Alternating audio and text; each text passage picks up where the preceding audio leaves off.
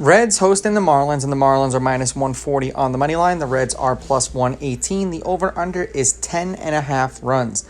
The Marlins, laying a run and a half on the run line, are plus 110, meaning if you bet them that way, they have to win this game by at least 2 runs. And the Reds, getting a run and a half on the run line, are minus 130, meaning if you bet them that way and they win this game outright, you'd win. Or if they only lost this game by 1 run, you'd win. Garrett pitched once against the Reds this year.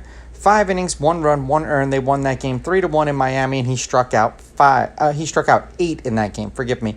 They're 8-2 as a team in his last 10. He's averaging 5 innings pitched and 6.2 strikeouts per game in those games. He's always a guy to keep an eye out for on the K line. They are 3-2 in his last 5 appearances. He's got an ERA of 3.2, and he's going 4 2/3 innings, and they've won his last 2 starts. The over has hit in 4 out of Garrett's last 5 games and in the last 2 games that he's pitched in. 3 earned runs striking out 5, no earned runs striking out 6, 6 earned runs striking out 5, 4 earned runs striking out 5, 3 earned runs striking out 3.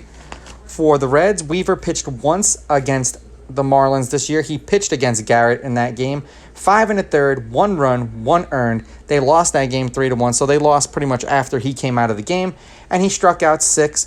They are 7-3 in his last 10 appearances. He's averaging 4 innings pitched and 2.6 strikeouts per game in those games. They are 2-3 as a team in his last 5 appearances. They've lost his last 2. The under has hit in his last 3 games, and the under is 3-2 in his last 5. So we've got 2 pitchers trending in 2 different directions with the over-under.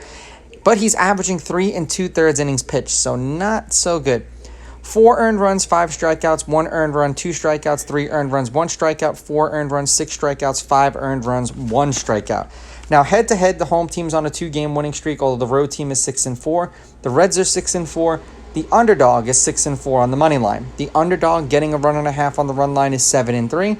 There have been 4 one-run games in their last 10 meetings. The under has hit in their last 2. The under is 7-3, and the under 10.5 runs specifically is 7-3 in their last 10 meetings. In their last handful of games against each other, the Reds won today 5-2. The Marlins won the last game 3-1, and then the 2 previous games to that, the Reds won 7-4 and 6-5. So the only time that the Marlins beat the Reds this year was when Garrett was on the mound. The Marlins are 2-8 in their last 10. They're on a 2-4-5 game losing streak. The under has hit in their last 2.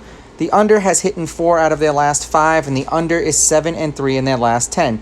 Getting swept by the Rangers 6-2, 9-8, 6-0, and then losing to the Reds 5-2 today.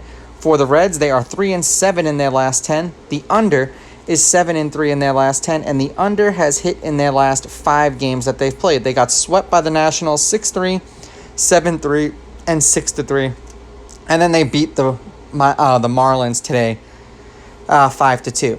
I think with Garrett on the mound, he's going a little bit deeper in these games. Both of these pitchers are averaging about the same ERA, so I'm going to lean with the Marlins and Garrett in this one. I understand that Weaver is home, but they've lost his last 2, so I'm going to follow the momentum here. I'm going to take the Marlins with the money line. I'm going to take the Marlins laying the runs, and I'm going to go under because I do think that this over-under is just a tad bit too high.